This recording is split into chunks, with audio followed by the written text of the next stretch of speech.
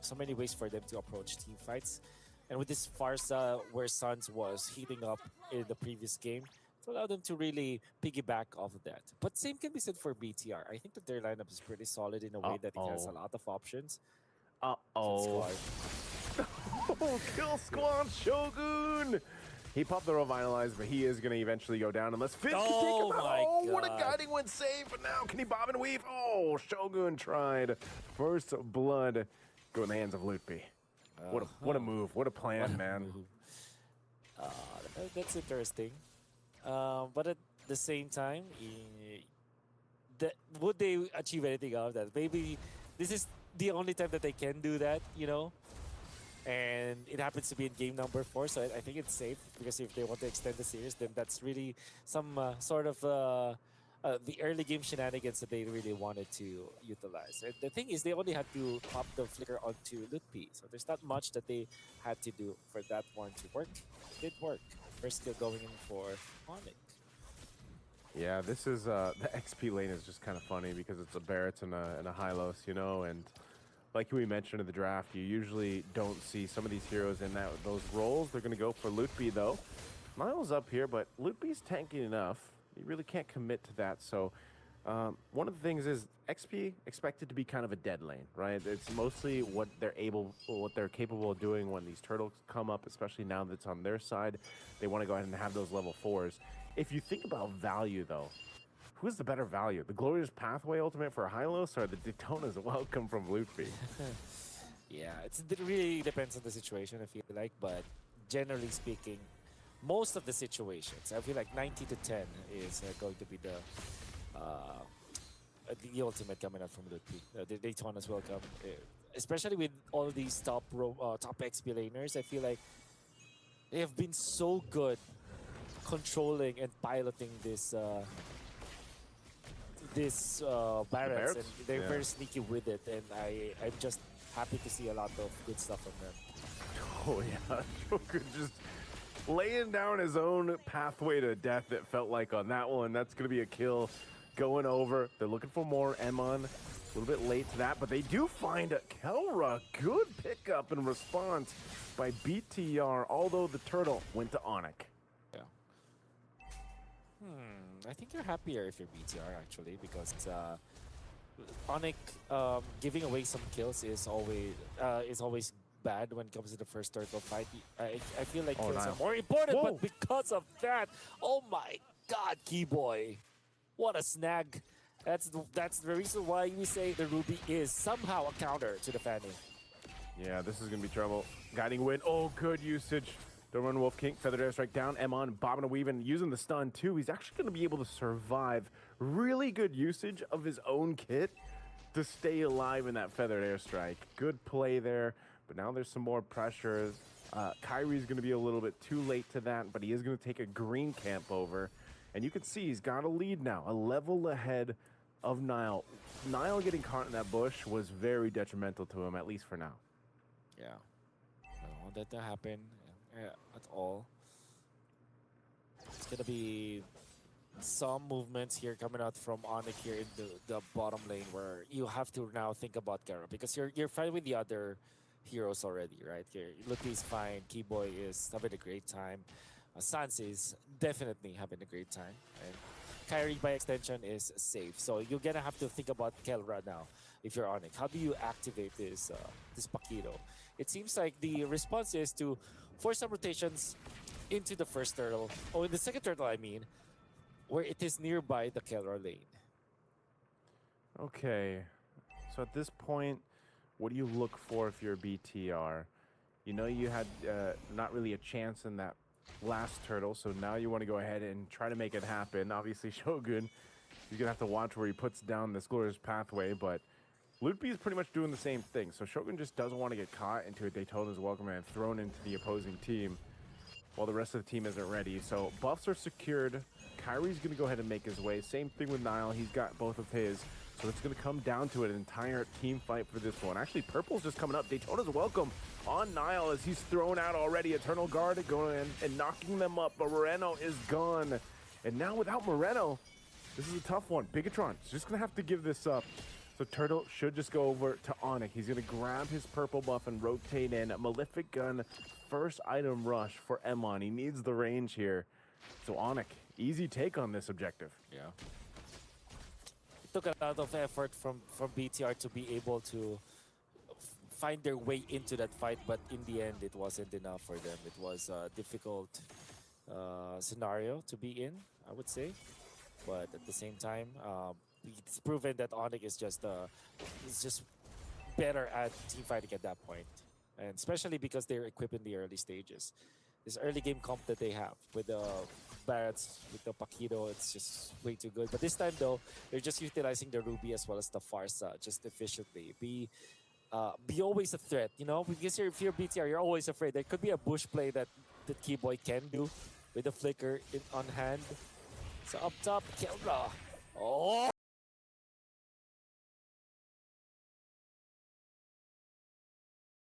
Oh, he's gonna be able to outplay the hill. Unbelievable. Oh, man. I thought the Carmilla was a bad game. Well, right now for the Fanny, it might be worse. Finn taking the shadow kill here from Kyrie. Circling equal to be used. They're going for Kyrie. They do have the damage to take him out. Emon able to capitalize on that with the torn apart memory. Good play down here in the bottom lane for BTR. Oh. Wow. I'm actually surprised like how BTR, well, they're finding ways for sure, but taking down carry is the most important thing at this point because they're stopping the Hayabusa and also allowing for Emon to get a kill. So they achieved so many things out of that play. BTR are now slowly working their way back into this game. It started not so well, but now they are finding a lot of ways. Oh, they're making a play again. Eternal Guard dropped down, but Keyboy should be able to survive that. Really good response there for ONIC to be there on that engage. Now what we're seeing is Nile trying to kind of recuperate here. It's not that he's down too much in terms of levels, but I wonder what the gold difference is right now. I'm not sure if we can actually ask for to take a look at the items to see what the difference is between things, because that's the main thing. There we go. Thank you so much. Now 1.3K between the XP laners, but the jungle's not so bad given how things have gone for Nile. This isn't too bad. 500 gold lead for Kyrie. With this next turtle up, third turtle of the game, they're going to go ahead and work on it. We'll see if they're able to go ahead and secure this one. Nile has to go ahead and approach this carefully. A turret's going to fall though as Kala knocks it down. They're really taking their time to allow Kara hopefully to get here for this fight. Circling Eagle going to be used. Already the marks knocking forward, but the turtle secured by Kyrie. Emon gets a kill. Kara waiting with the full stack champ stance. He looking for an opening. Nile goes in. He's able to take out one. There wasn't one for Kara though. Now Kyrie going in with a shadow kill. Kara's going to go ahead and flicker forward and take out Moreno. So at least something, but it's Kyrie that falls too. So BTR wins the number team fight there. Wow, this is definitely BTR showing us that they are really good at 5v5s. You can see how well they dance around ONIC. They go in and out, taking advantage of the sustain that they get from the mid lane, from the Roma, Matilda, and then of course the EXP Hylos with this Revitalize. They were able to out-sustain ONIC once again, and that made it really awkward for Kyrie, the Hayabusa.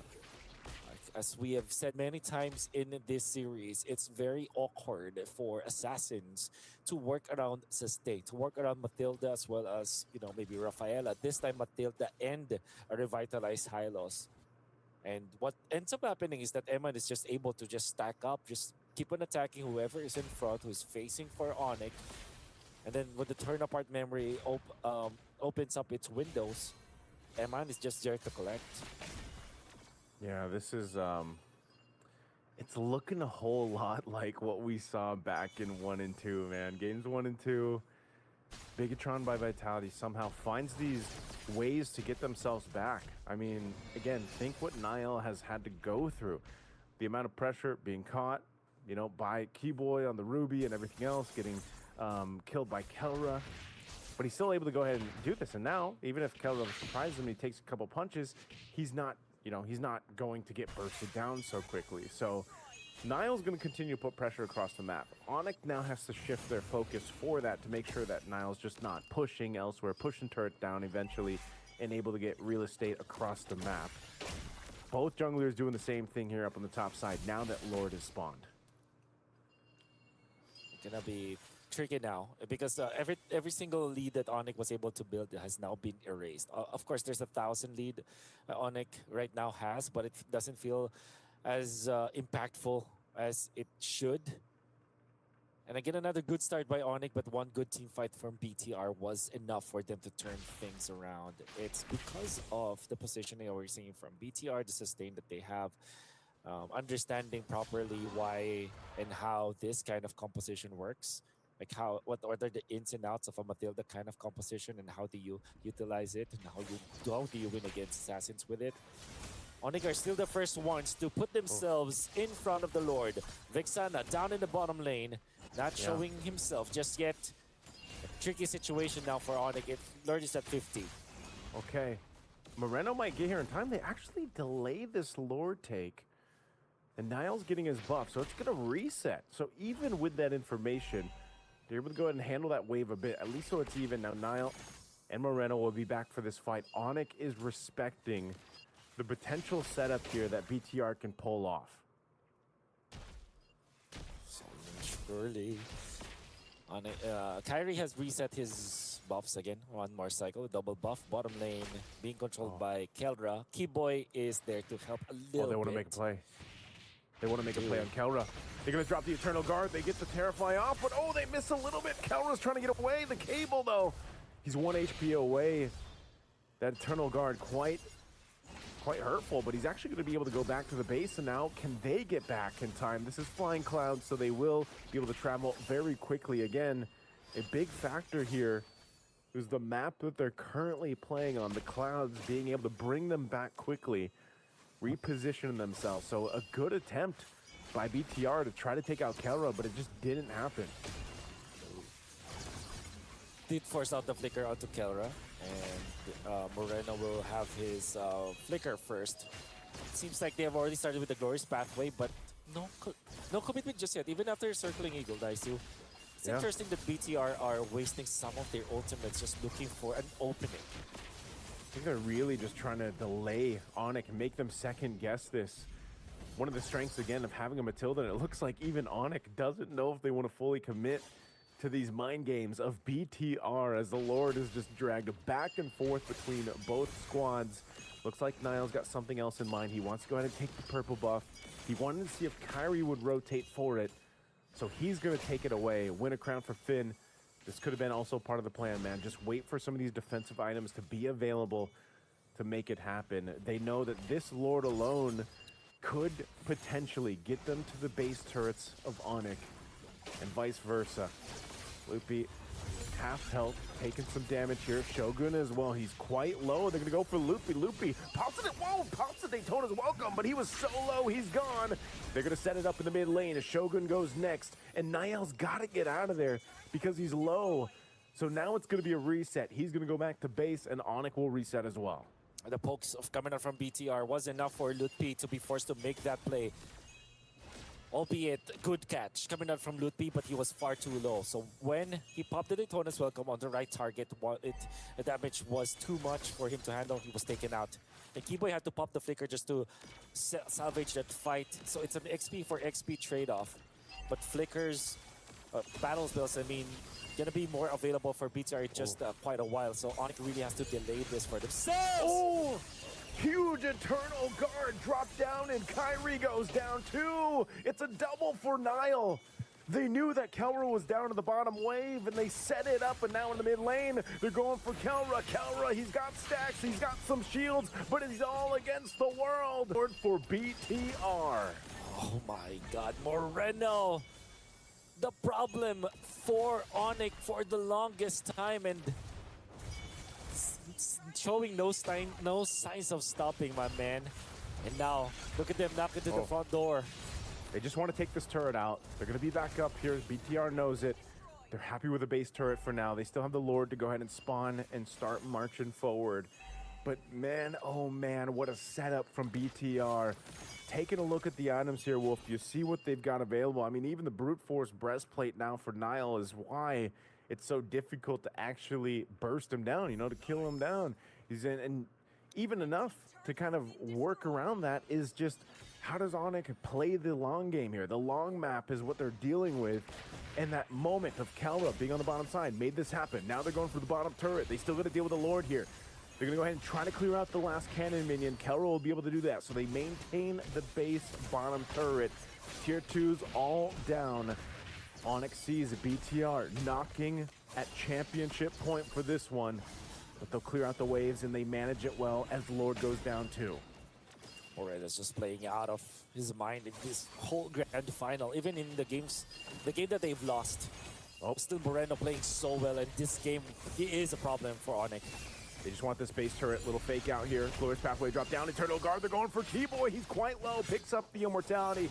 He's gonna be fine, and BTR, they take the discipline route to back off. They got 2 base turrets off that Lord, and now ONIC gets another chance to go ahead and reset and not let that happen again.